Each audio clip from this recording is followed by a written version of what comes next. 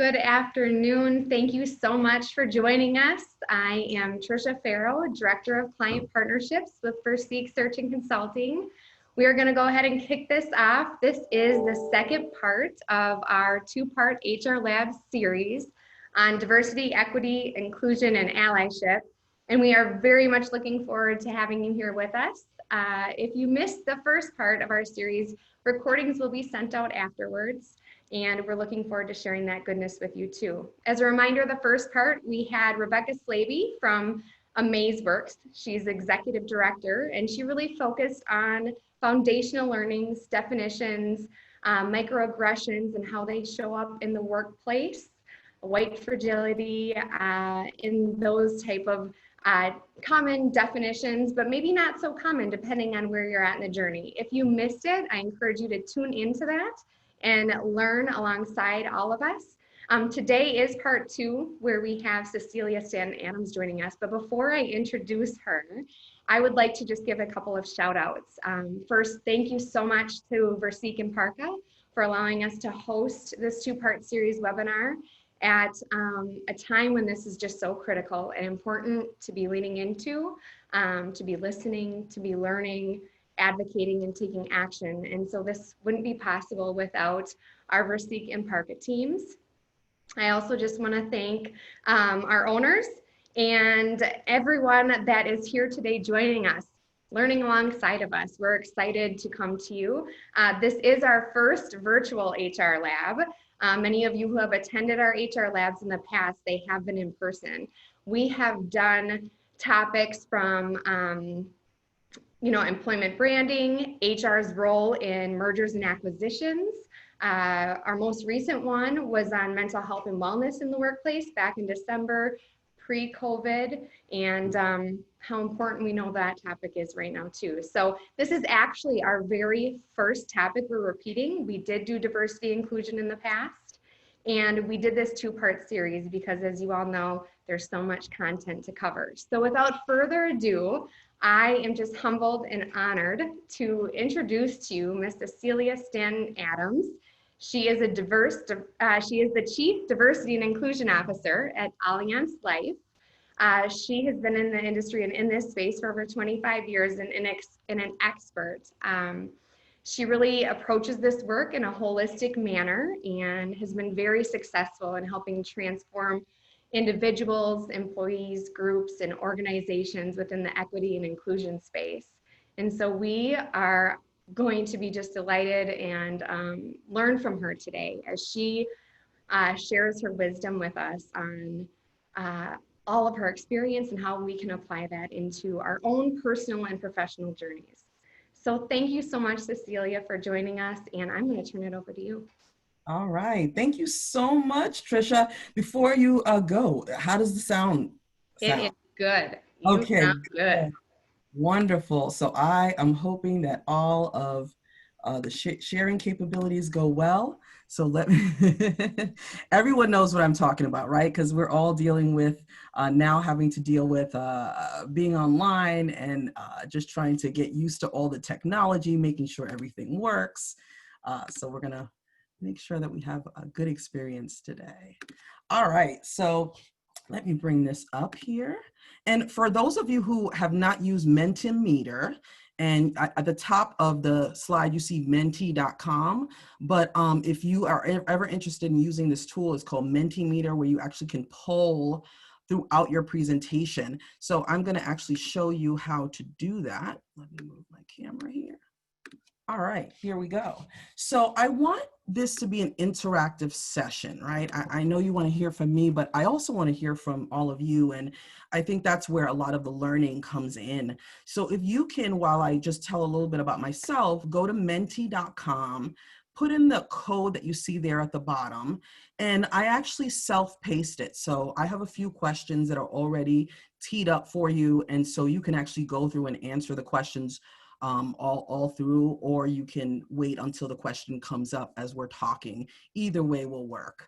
So just a little bit about myself. As Trisha mentioned, I work for Allianz Life as the Chief Diversity and Inclusion Officer. But, diversity and inclusion has been something that I've been passionate about all of my life. So I was born and raised in New York City in Manhattan, and both of my parents are from Honduras. And so I'm a first generation American. And that was a very unique experience. And for those of you who have immigrant parents, you know what that's all about.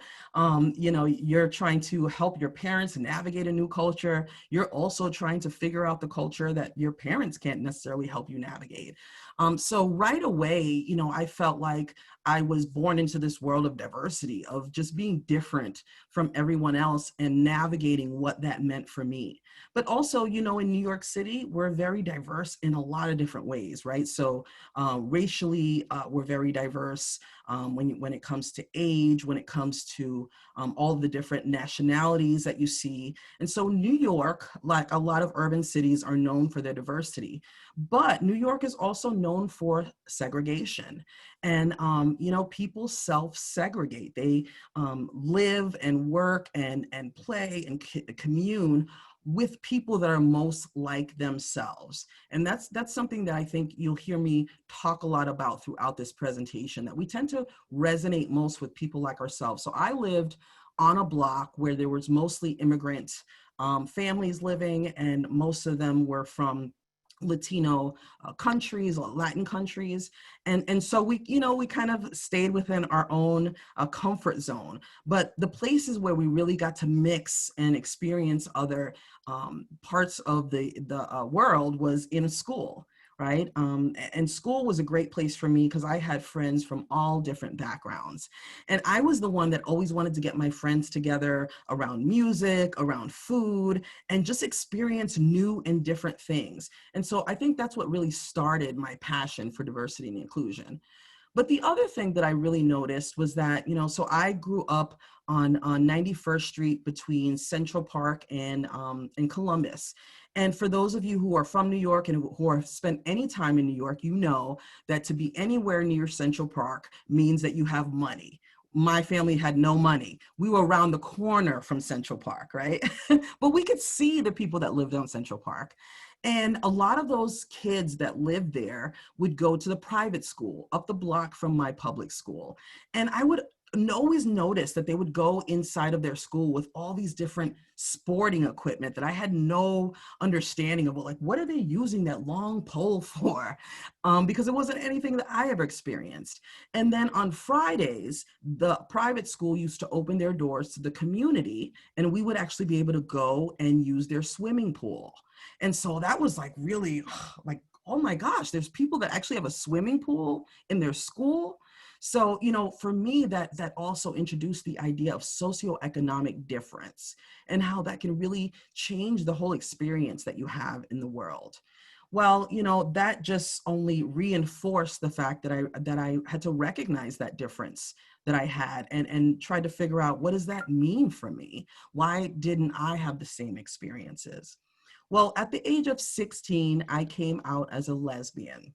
And let me tell you, that right there really rocks people's worlds, right? Because, in most cases, you can connect with your parents and your family when it comes to racial identity and socioeconomic status.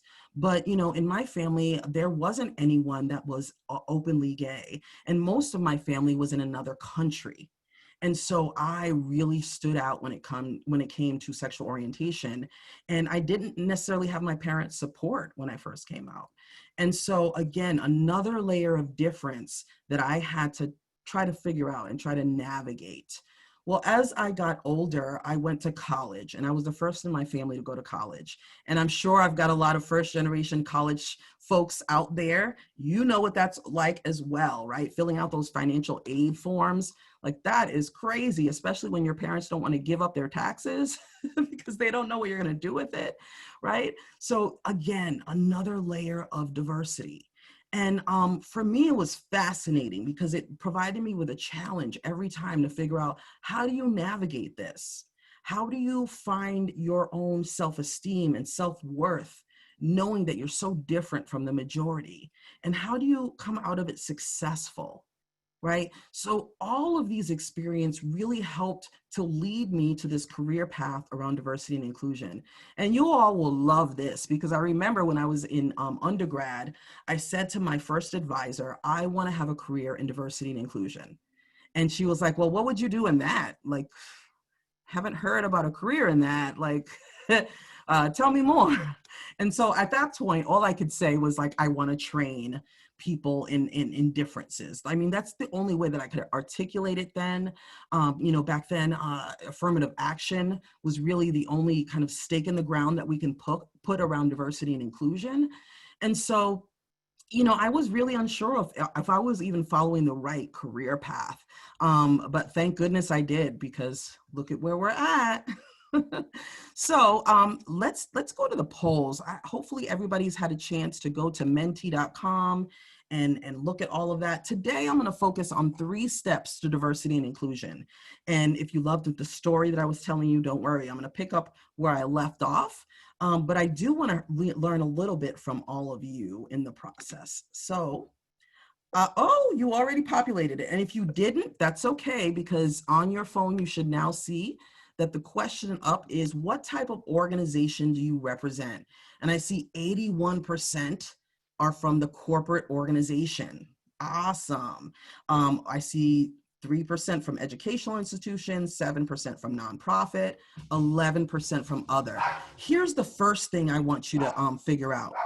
How many times do you go to networking opportunities and associations where the majority of the people are from the same industry or sector than you, right? And that's kind of what we see here.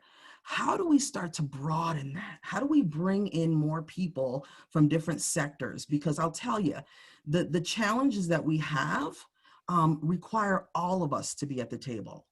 All of us, right? And that's diversity in many forms, but it even starts with what type of organization that you represent. Because I know that when you're in a certain type of organization, you tend to lean on other people that are like yourself, right? You kind of look at other corporate strategies. Well, what is this other type of corporate organization doing that's like my organization? When a lot of the solutions, a lot of the creative and innovative ways to solve your problems are actually happening in a different sector that you're probably not even recognizing yet. So it's great to see this diversity in the room right now, but also hopefully it's challenging you to reach out a little bit. And I really commend those of you from the educational institutions, nonprofit, and other, maybe the community, other areas, because you are also exposing yourself to lots of differences by being in a place where we're going to be talking about more of the corporate situation and what's going on there. And I think that a lot of the solutions that you find in the corporate world are actually solutions for educational institutions and nonprofit organizations and other places that we're coming from. So awesome. So great to see that. Let's move to the next slide here. All right. So today we're grounded in our business case. And I think we all can agree that the business case has been made, that this isn't something that we are now trying to talk about whether this is right or wrong. We know that in order to be successful as an organization, you have to have a strong business case, and that it has to be tied to your business. So here's some things that have come up for me in terms of the business case for Allianz, where I'm now the Chief Diversity and Inclusion Officer. Meeting market demands.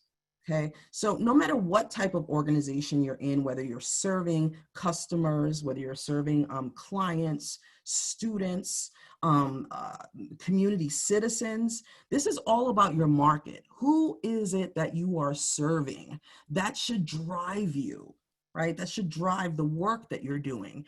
And for all of us, no matter what space that we're in, you're going to notice those changes if you haven't already. That the demographic that your organization might have been meeting the needs for in the past have changed drastically. Now, I've worked with an educational institution, one of which sits in Blaine, Minnesota. Now, Blaine, we've known in the past, its history has been predominantly white. But in working with this educational institution, what we learned in over a 2-year time span is that demographic shifted significantly. And not only did it shift, but it created a lot of challenges for the staff who really now had to figure out, what do those differences mean to the services and the products that we're providing? What does it mean to how we're preparing students to go out into the world? And so hopefully all of you are thinking about the business and how is it going to shift the business or the organization that we're working with? Because as an HR professional, as a diversity professional, that's all we do. We're trying to prepare the business to be successful, not only today, but into the future. And guess what? Our role as HR professionals has now taken another step up. You know, COVID, right? HR has really taken center stage when it came to COVID and figuring all of that out. And then after George Floyd, again, HR and our diversity professionals have taken center stage in really figuring out, what do we do? But then also, how does it relate back to our market demands? Competition for top talent, right? So think about years past when you were looking for a job, right? So I know what I was taught is you find a job and you get a good job, one that has benefits. That's how my family determined whether a job was good or not. And you find that great job and you stay in it. In fact, my dad was in his job for 30 years and very, very proud of it. So you can imagine when I started going to work and I moved from one sector to the next, because I've worked in corporate education, I've worked in nonprofit. Oh my gosh, that drove my parents crazy because they're like, how, you don't have any stability. Like, how are you going to make it in the world? But in fact, that's how things were shifting. And today, what we see is that the younger generation spends max 2-3 years in a role, if that, before moving on. And so that shifted a lot. And what that's done is it's created a lot of opportunity for all of us, right? Because we can choose where we want to go at any given time. But for those of us that are part of organizations that are trying to bring in top talent, it means that we're competing not only for talent from organizations that are like ours, but we're competing for talent in every sector, in every industry, and even entrepreneurship. I spent quite a bit of time in my career, about 10 years in my career, with my wife running our own diversity and inclusion practice. And she continues to run it. It's the Diversity Institute. Definitely check it out. It's a great place. But, you know, people are also deciding, hey, I want to run my own business. So, you know, how do you attract someone that you know is like top in their field and you want them in your organization, but they have all these choices that are out there? Competition has become much more stiff. And so as an organization, that means that that's part of the business case for diversity and inclusion, because our workplace is very diverse. Corporate accountability. Now, you know, I'm sure all of you remember Starbucks and the situation that happened with the two gentlemen that were waiting for a colleague, and then the police were called because they hadn't purchased any products within Starbucks, and you know they wouldn't leave and they wouldn't purchase anything. And so the police were called, and it was a big fiasco. The Starbucks CEO had to fly out to talk to the two gentlemen who were put in handcuffs. And luckily they weren't charged, but it created a very nasty situation for Starbucks, one that we all know. Now, we also know that they came back from that relatively quickly in that they responded right away, right? They responded right away with saying, hey, this is not who we are as an organization, as a company, and this is how we're going to rectify that. And then, you know, one of the things that happened more recently is that Starbucks gave $1 million to go towards you know, decreasing the disparities that we see when it comes to race. But then we also saw a huge situation around videos that went viral around Starbucks not letting their employees wear Black Lives Matter masks, right? So think about it. Think if this happened to your organization, what do you have in place to actually even deal with those challenges? If an employee were to act in a way that went against the values of the organization, what would you do? Would you have a task force that would be able to move immediately into action like Starbucks did, right? It scares a lot of organizations. And it means that we need to really think more strategically about how we're working on this topic. And it also means that this is even more of a business case for us. So what about increased profits and innovation? We know now, after 10, 15 years of collecting lots of this data, that when you have a diverse board, when you have a diverse leadership team, that it can contribute to 20 to 30% more in revenue. That alone should be enough for all of us to get on board with the diversity and inclusion. So this is the business case for diversity and inclusion. So my question is, what is your business case? Because yes, your business should have one, but you need to have one as well. What's your personal business case that you talk about with other people? And in order to talk about it with other people, you have to be comfortable, right? So I see here we have no business case. That's okay. Think about it. We're HR, right? There's tons of things that we've thought about that the business hasn't thought about, that that we know are important. So we have to be the ones that influence that. And that means starting with, what is our why?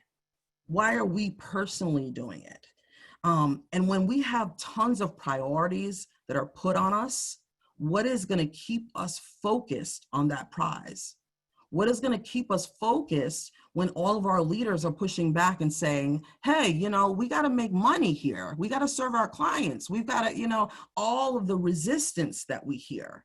What is that personal business case we've created for ourselves that is going to keep us moving forward? So let's see here. We have improved company culture, a happier workplace, lack of diversity, increase revenue, reduce costs, improve company culture. I love it.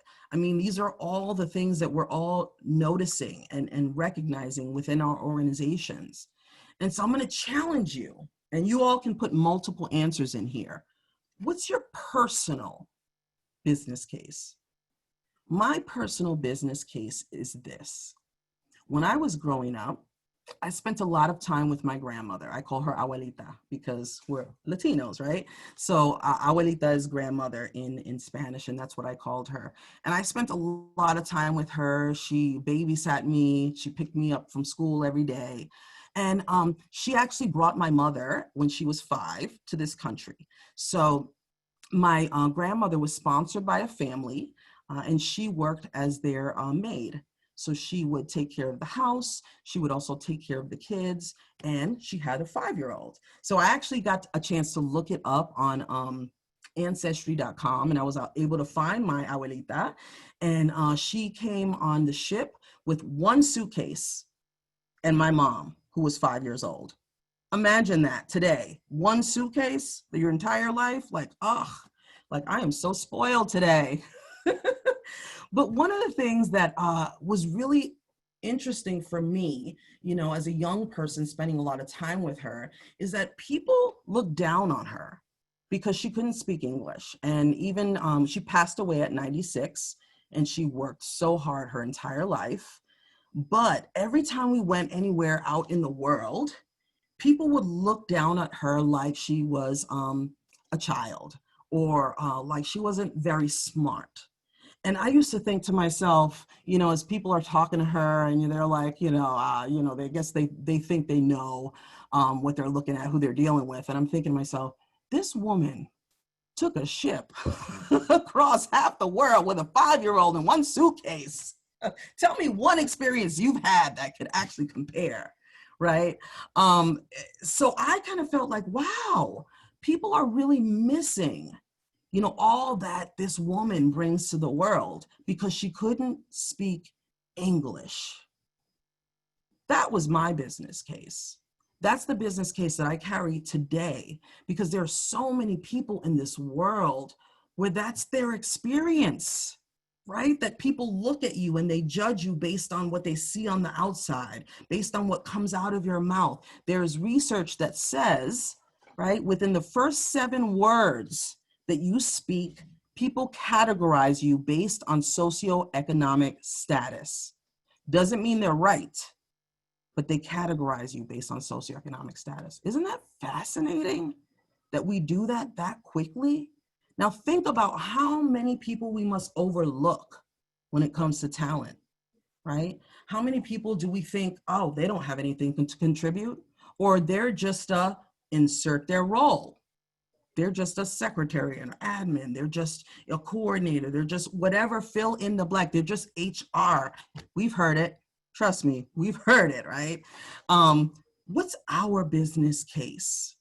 Because you can move from company to company, but the passion that is going to fuel you around this topic will not change. That's the thing that's going to really push you forward. So I love this. Let's see. Creating a welcoming community, being an ally to help every employee be their authentic self, and in turn, creating the best work environment possible where people can contribute at their highest possible level. I love that. I love, now that's a business case. That's something that's going to drive you when everyone else is saying, nah, this isn't important. That's what's going to drive you. I love that. And I keep the answers coming. I'm going to share all of the answers back with Verseek, and so hopefully they can get that out to everyone here. There's also an opportunity that you have to ask questions. So I just want to check this real quick. Not a question, but a statement. I worked at Allianz. Oh, cool. I don't know how that is, but it's awesome. Let's see, what's the next one here? Oh, I think that's it. All right, so let's move this over. Let's move to the next slide. All right, so today I'm going to talk about 3 steps for diversity excellence. Now, you know, I've been in this field for a long time before it was a field. And so I've learned a lot along the way, but guess what? I don't know everything. I'm still learning. I learn all the time. I have to learn new language. In fact, I have a 25-year-old who regularly corrects me on diversity and inclusion. So don't feel bad, okay? We're always learning. But here's the 3 things that I learned around diversity excellence. And diversity excellence is what I think about when I go out in the world every day. People are looking at me. I'm a CDIO for an organization. I've been in this field for a long time. People expect me to know this stuff and to live it. And so I have to make sure that I'm doing that. I'm not going to be perfect, but I'm at least going to push forward. And I'm going to try to challenge myself in different ways.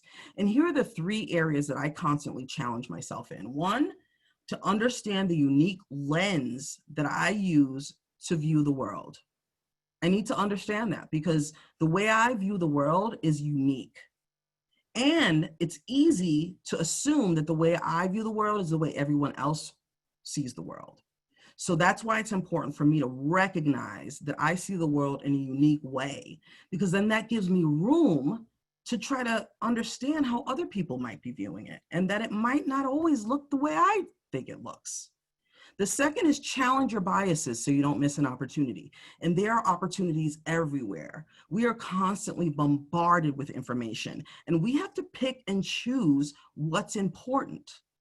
And when we do that, when we pick and choose, that means that we're leaving some things on the table.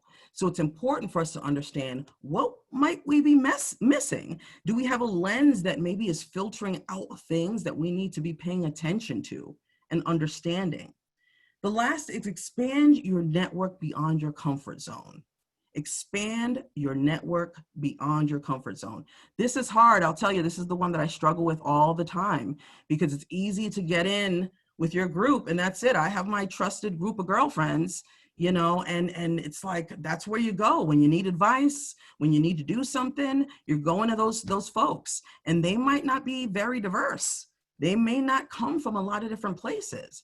And so I have to remember that I have to challenge myself to go outside of my comfort zone and meet new people, especially during COVID and during sheltering in place. How do you do that? I'm still trying to figure it out. So if you have any ideas, love to hear them. Let's see, we had a question here. Oh, no. Not a question. It's just one that keeps coming over. And I want to hear who it is. So hopefully you put your name in the chat box and I'll see that later. But let's start with understanding the unique lens that you use to see the world. So this is the diversity wheel, and hopefully some of you have seen this. If you haven't, you can actually Google diversity wheel and a bunch of them will come up. So this is one of the first things I learned when I went to graduate school. I finally got an advisor who, he was an African professor. And he knew I was struggling a lot because people at my graduate school did not look like me at all. And they came from an upper class background. It's Lehigh University. Maybe we have some Lehigh grads out there. But I went to Lehigh University, great school, but I didn't really relate to a lot of people. And there was one professor that said, hey, I know you're interested in diversity and inclusion. I'm teaching a class to seniors around diversity and inclusion, and I want you to co-teach with me. Wow. That changed my life. That one person seeing something in me and presenting an opportunity for me to do something that I never had an opportunity to do, that changed my life. And I got an opportunity to spend 6 months with a group of what I thought at the time were white, privileged seniors at this, well-to-do university. And what I learned in 6 months, wow, I hope I teach them like a 10th of what I learned from them. Because what I learned from them is that it didn't matter that we came from different socioeconomic statuses, right? Or that we had different experiences and backgrounds, because they struggled still. They still had issues. I remember one that stood out for me was that a lot of the seniors said, my parents don't want me to date a Protestant or a Lutheran. Some of y'all know this because you're from Minnesota, so this is probably resonating with some folks, right? And I was like, what? Really? But hey, that's the same experience I had when my parents didn't want me to date a woman, right? So in a lot of ways, we had a lot in common.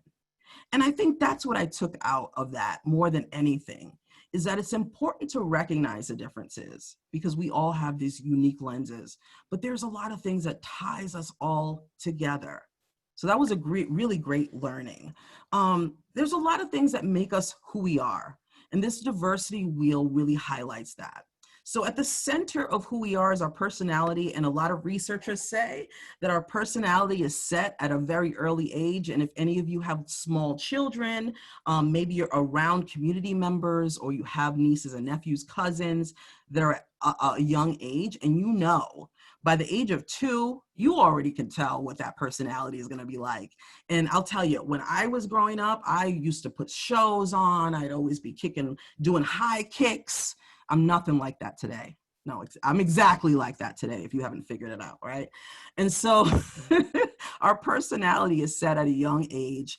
And that doesn't really change much unless we go through a traumatic event. So think about being extroverted or introverted. That's one area that we often overlook because it's personality, right? But it's one of the key places where we start to learn about diversity at a young age. That some people get their energy externally from other people, like I do, and some people get their energy internally from processing.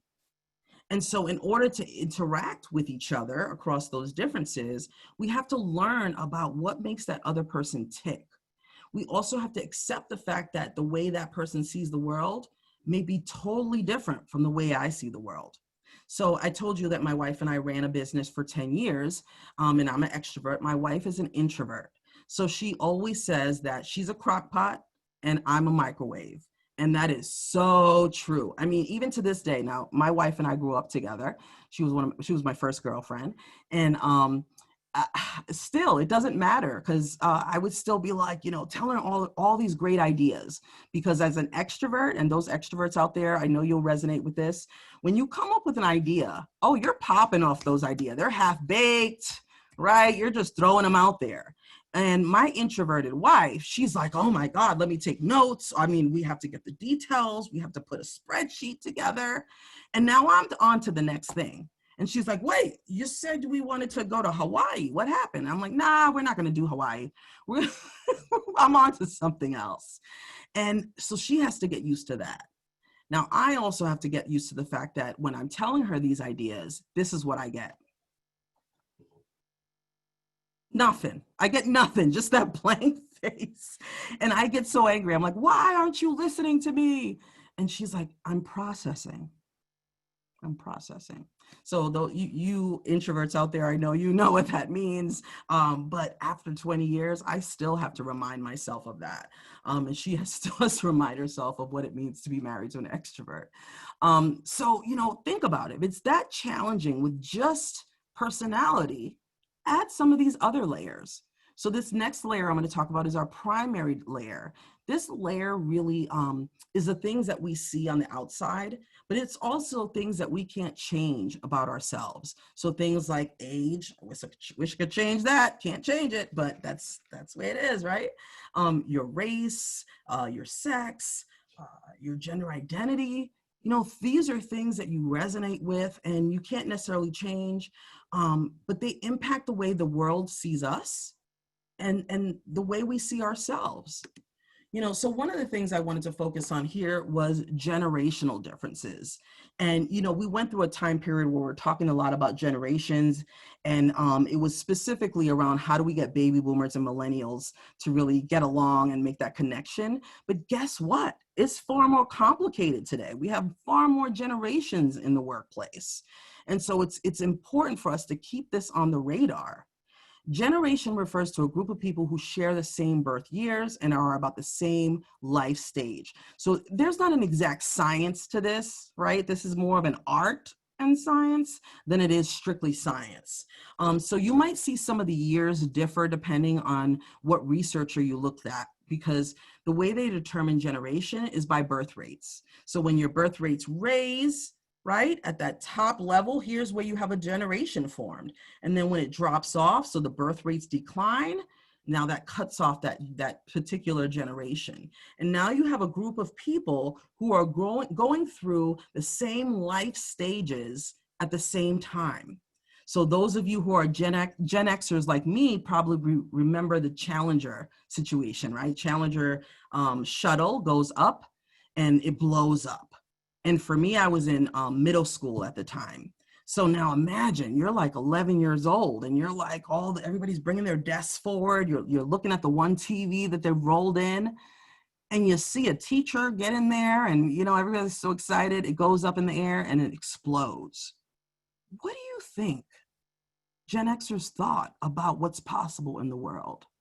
That was a very scary day, right? And you're wondering, like, okay, so what does that mean for me as a young person that you can just, disappear like that?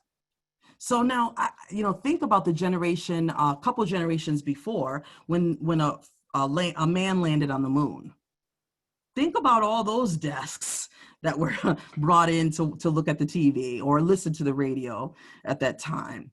What would you think about the world if you were a traditionalist and you saw that man land on the moon? You'd probably think everything was possible. So generations matter. Generational differences matter. The events that happen at different life stages shape the way we think and the way we perceive the world. There's two places in time in which we really start to solidify our perspective on the world. One is the formative age. So this is between 8 and 13 years old, those awkward tween years, right? But this is when we're developing our sense of security and trust in the world. So what happened in your life? What events were occurring when you were 8 to 13 that shaped the way you see the world? The second is coming of age years, because coming of age is when you really assert yourself as an individual and you kind of like push back and rebel a lot of times against the tradition of what you were raised in. So what you might believe in your formative years might change a lot in your coming of age years because you're making your own decisions and your individual identity is formed. So think about what was going on in the world when you were 17 to 23. Now add to that the things that were happening in your life personally, right?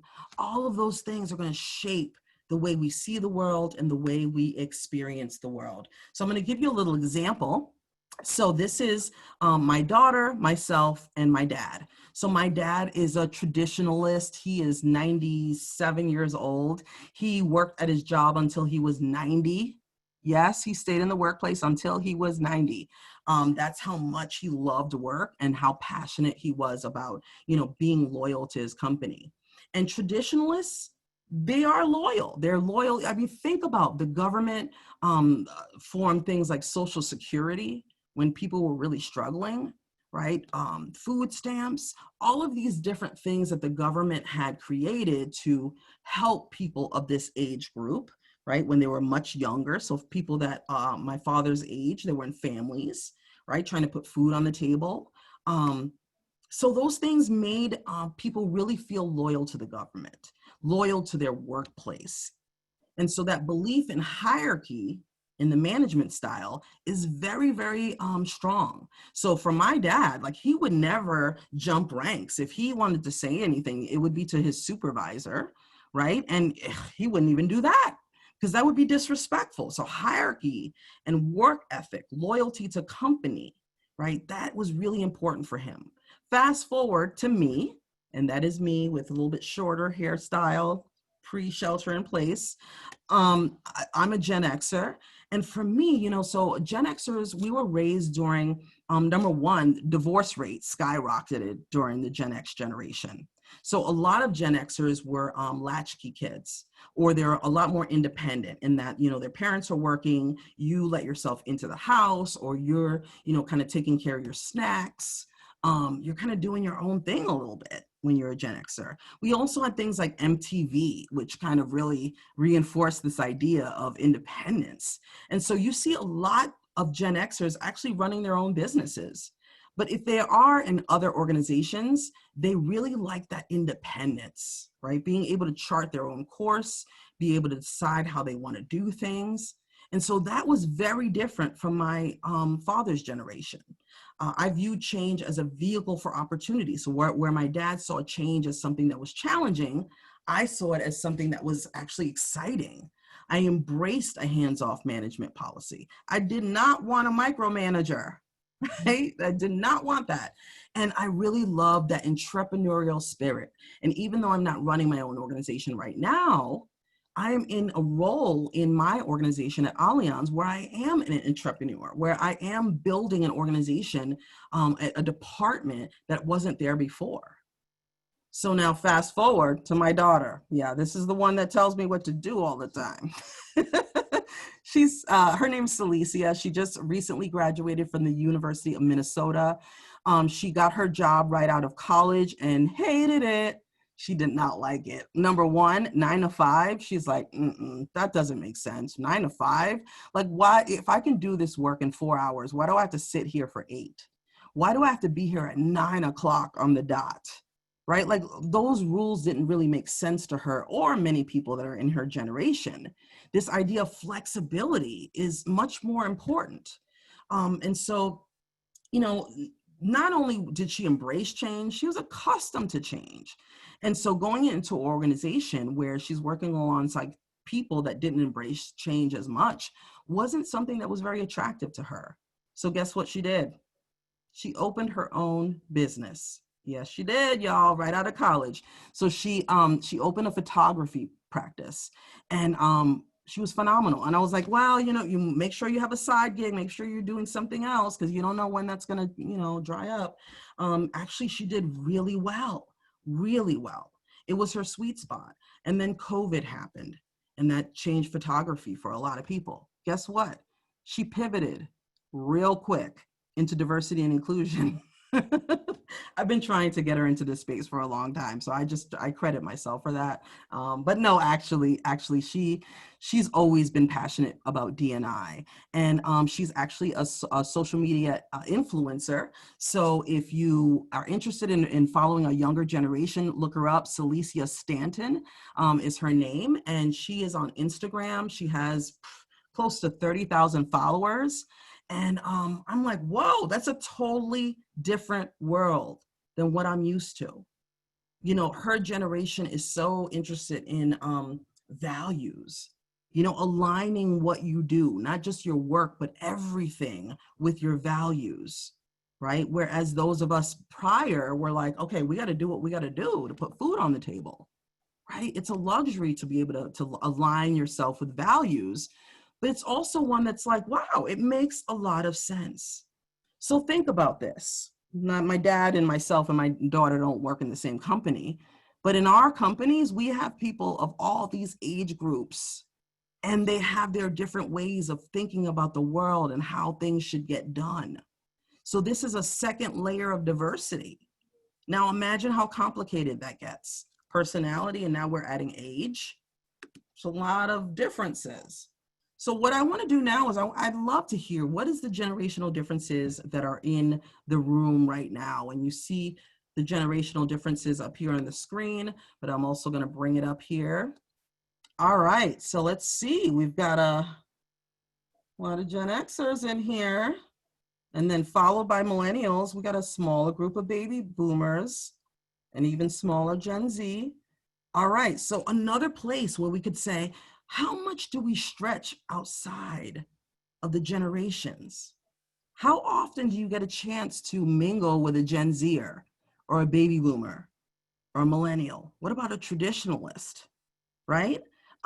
When do you get a chance to understand those perspectives? Sometimes we're just always around people that are mostly our age. And so our perspective is very limited. So we got to make sure to open that up. And we see even in the room here, right? How do we get more Gen Zers in this room? They could learn so much from us, don't you think? And we can learn from them as well. So let's look at how the generations are changing. 5 generations of 2020. Wow, that's a lot of shifts, a lot of changes, and this is not going anywhere. We're going to see even more of this.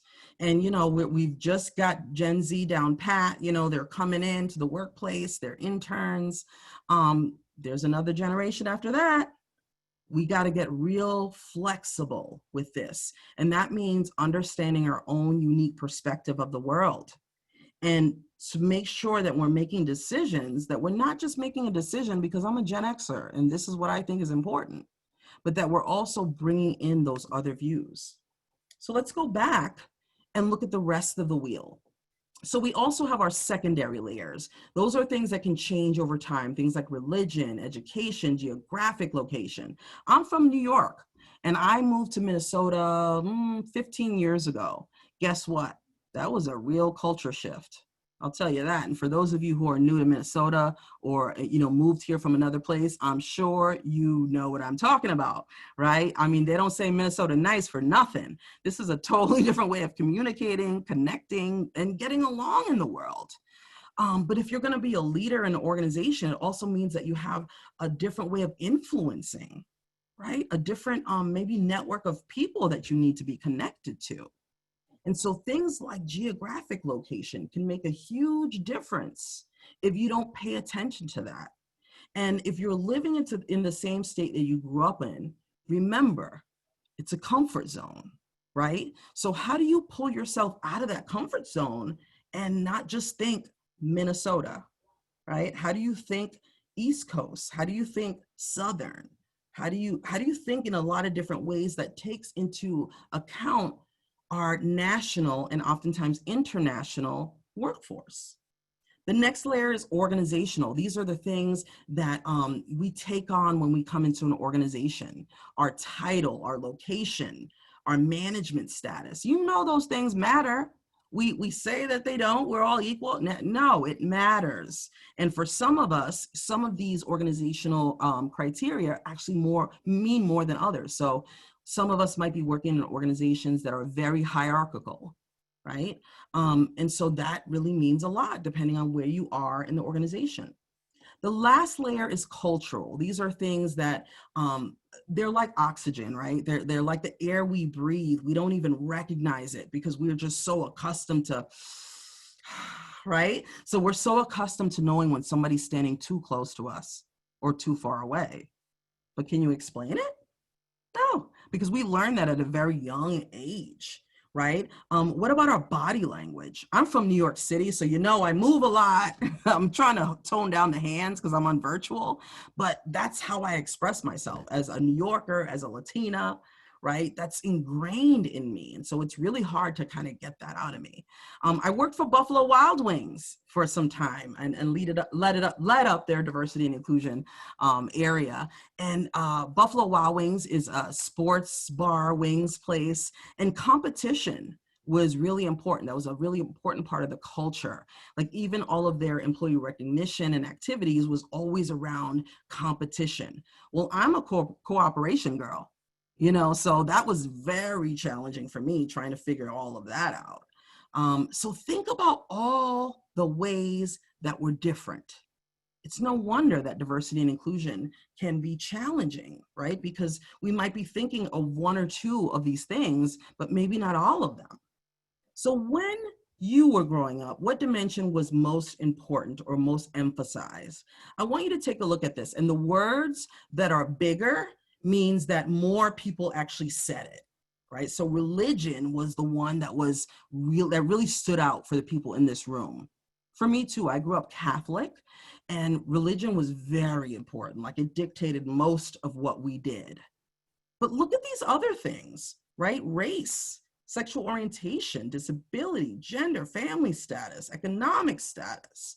So what that says is while religion or race might have been really important to me growing up, that might be my lens, but for some people in this room, work style is their lens, or the specific neighborhood they came from, right? Financial status is their lens. So it's important for us to understand that the way we view the world is the way we view the world, and that others are going to view things differently. So again, how do we start to stretch in that region? What identity do you think about when you leave the house? And I asked this for a particular reason, but let's see what we had. Mother and female, right? That's the one that came out the most. Neighbor, father, we are one. Leader, love it. Stay attuned to that because this is going to change over time. It's going to change depending on what's going on in the environment. And so this is a really good one to understand because guess what? While I may see myself as a female and that's the lens with which I view the world, you know, my coworker, they might see themselves in a totally different way. So how does that show up? Let me go ahead and play you a little video.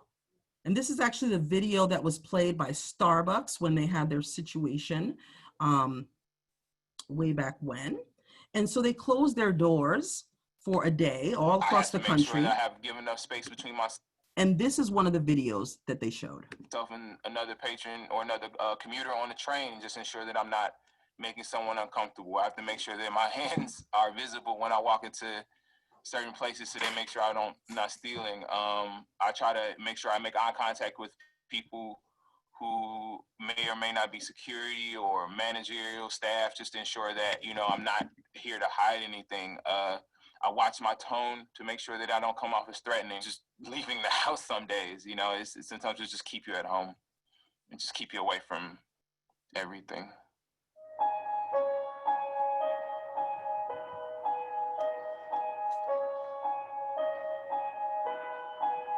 When I go into stores, sometimes I get followed, which is really annoying. And it just gives me, like, it just makes me uncomfortable. And sometimes I get anxiety, so I have to leave. Especially being a teen of color, they assume that you're doing something bad. I feel like I'm disturbing people by just being there. Like, people feel uncomfortable when I walk in. I guess I've kind of become numb to it after so many years. Like, this is just my life, and it's just something that I've gotten used to, unfortunately. I think all of us make that choice at some point of, am I going to take the burden of this interaction?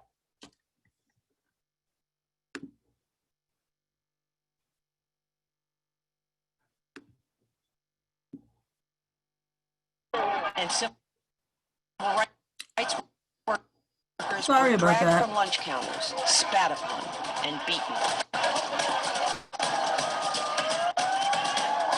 We're willing to be beaten for democracy, and you is democracy? The right to be respected in public spaces was at the heart of the civil rights movement.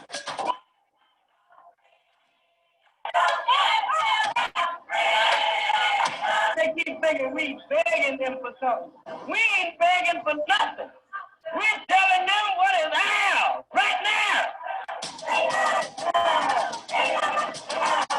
The freedom movement of the 1950s and 60s insisted that the United States live up to its Constitution and allow equal access for all. Finally, the Civil Rights Act of 1964 was passed, outlawing discrimination in public spaces. But changing the law doesn't always change reality. And being allowed in doesn't always mean being welcomed. To be welcomed as a customer means that not only do I allow you in, but it means that I'm glad you're here. I want to serve you. I want your business. And I don't draw distinctions between you and other customers in terms of your value. But it's time we talk about what it means to not be welcomed as an American citizen. It's not like I can mute my actual physical blackness, right? So I just assume that people see a particular thing when they see the color of my skin. So everything else has to be like perfect and clean and as blended in as possible. Is really just an arsenal of different masks, you know? And it happens every time I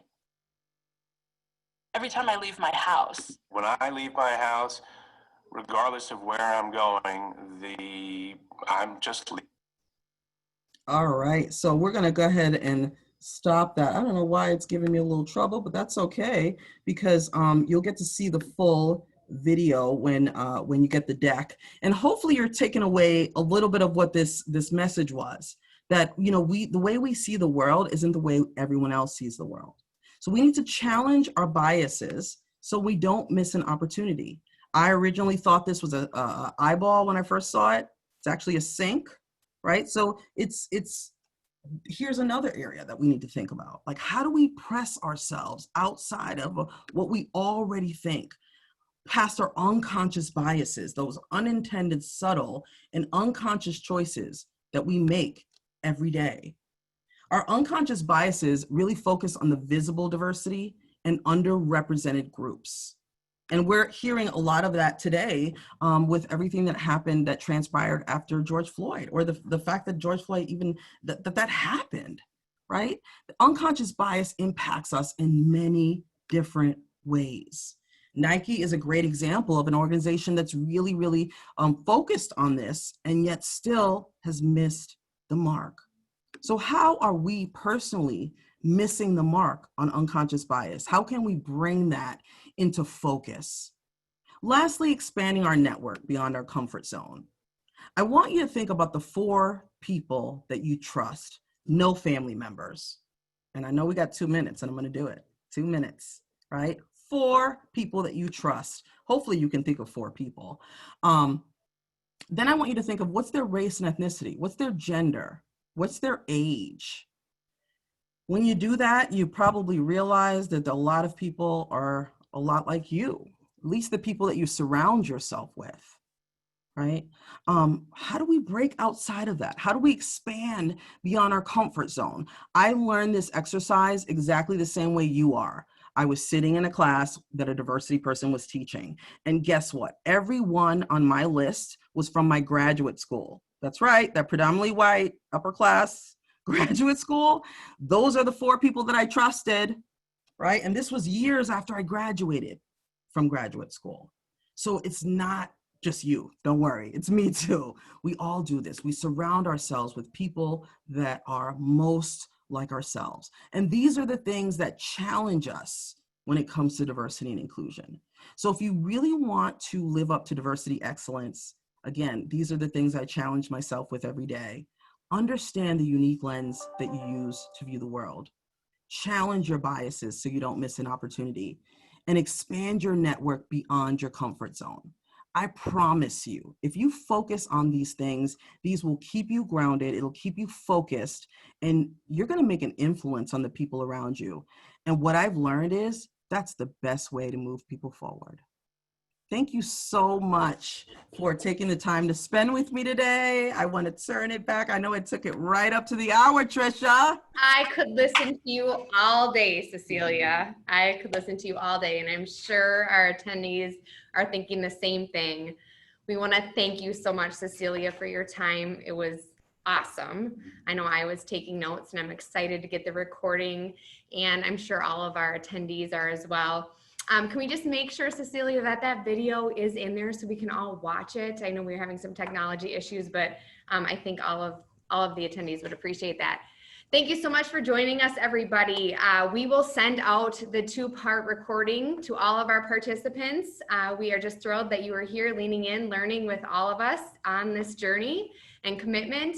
And we will also be providing you with an infographic that will just be key takeaways from this 2-part series as you continue to hold up the mirror and reflect on your own personal and professional journey within the space of diversity, equity, inclusion, and allyship. Thanks so much and have a great day.